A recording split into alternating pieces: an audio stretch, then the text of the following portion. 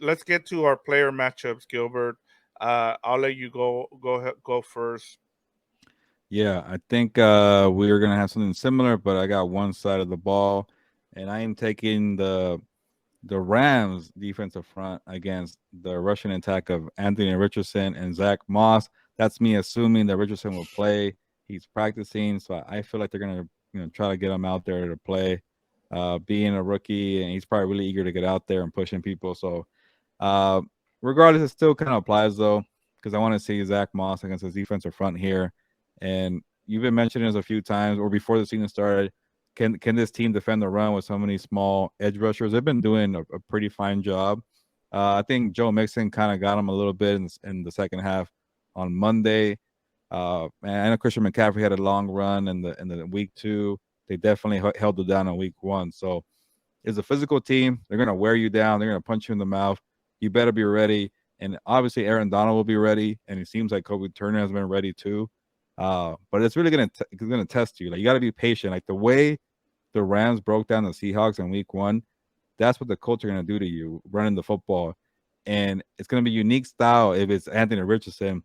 Again, I don't know how it's gonna play out with Richardson missing a couple games to get back in the groove. But when they if they establish a rhythm and you don't know who's going to keep the ball, Richardson or Zach Moss, that could make your life a nightmare out there on the field. Like I think it was which game I'm trying to think of. Oh, the Cardinals against the Cowboys. It was a different type of style, but the Cardinals spread out the whole offense and just said, "You don't know when it's coming, but we're going to run the freaking football and we're going to win every single time." No. The Colts have a similar way, but it's more predictable. Well, maybe not if it's Anthony Richardson, but it won't be a spread out attack. It'll be like RPOs kind of thing. So the defense in front, be ready. If you bite and you lose, it might cost you a couple yards. Yeah, this is where I like Raheem Morris and what he can do against Shane Steichen.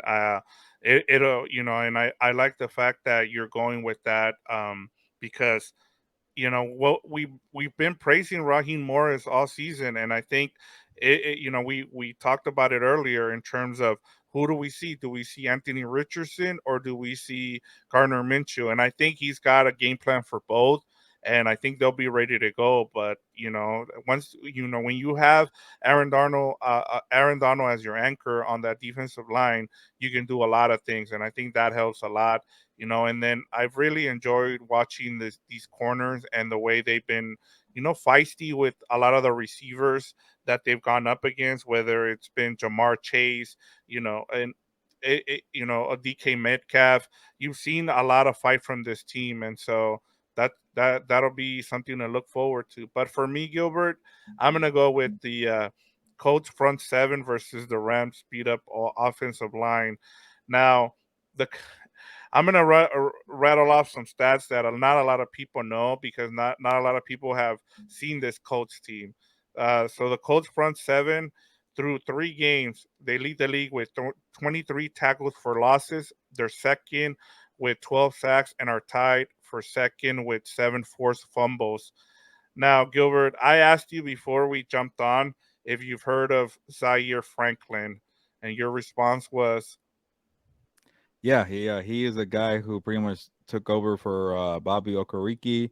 Bobby actually a LA native guy who played really well under Matt Eberflus, a former Colts DC who's now with the Bears head coach. And one thing about Eberflus, he likes to kind of develop these linebackers. So once he left, they had a factory of linebackers there. "Yep, And Zaire Franklin, I think you mentioned you're the one that told me he was a 7th round pick. So, yeah, uh, out of you know, Syracuse." yeah, they're fast, they have length, and they're just very athletic. And you don't see this in today's football, really prioritizing the linebackers.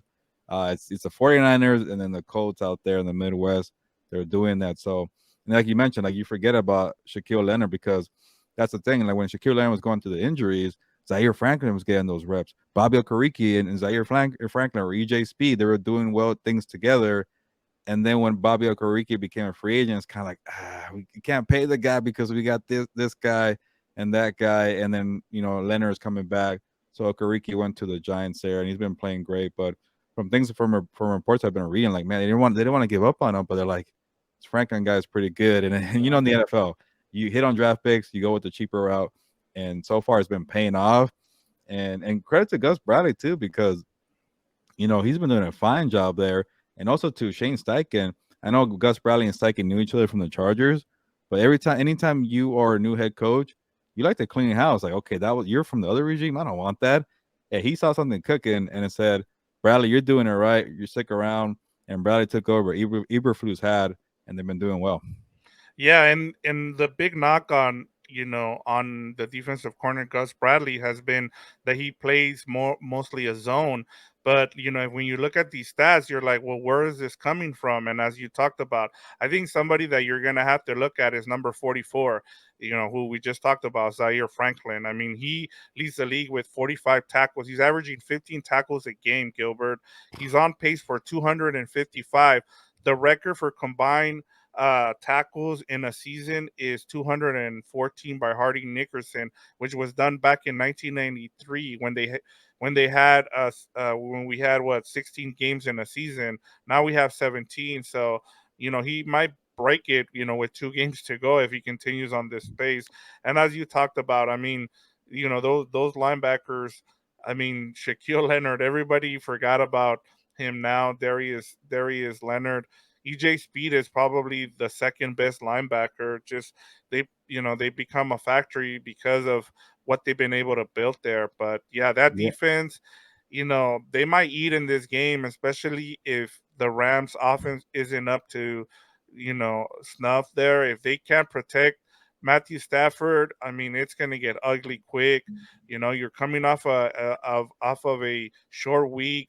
You're having to go back to the Midwest, which is something not a lot of West Coast teams like to do. And so, I mean, this can turn ugly, but we'll get yeah. to it.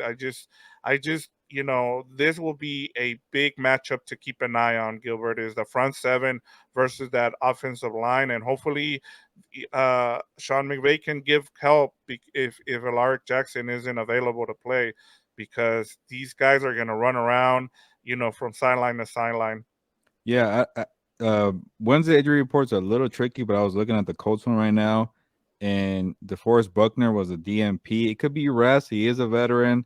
Usually Thursdays and Fridays are Wednesdays are usually veteran rest days. rest You're days, so right. it could be that. I don't know. And then when I was talking about the other side of it with Richardson and Zach Moss. They have a good offensive line to make it work, but Quentin Nelson also DMP is a toe, yeah, toe injury, but another veteran, so you don't know. That's a tricky part. And a couple of things you said, Victor, that had me thinking. I'm like, Gus Bradley pretty much did what Raheem Morris did with the Rams. When Raheem Morris came in and took over for Brandon Staley, he's like, hey, that's working. I'm gonna make it work with that personnel and tweak my scheme.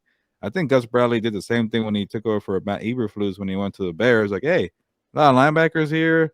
At the time, they had Stephon Gilmore, and a good defensive front. He kept tweaking the scheme and making it work to the guys he has. So that's a sign of a good coach there for Gus Bradley. And then the other part too, you just reminded me, it's such a young team, Victor, that you just went to Cincinnati, got your butt whooped, went back to LA, back on a plane to go for the 10 a.m. game in Indianapolis. I know young guys are well rested and are ready to go, but that messes with your mental psyche when you're a rookie in the NFL. Like, it's kind of a grind here. So we'll see how they do as a young team too. Yep, like you said, there's rookies and 2 year, second year guys as well.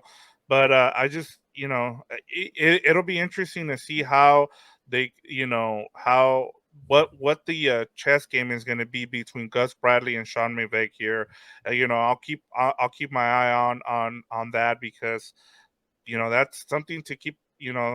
That's great. The front seven against that offensive line, and then how they scheme it up. Sean McVay has done a great job of scheming things up, whether it was against the 49ers and even against the Seahawks.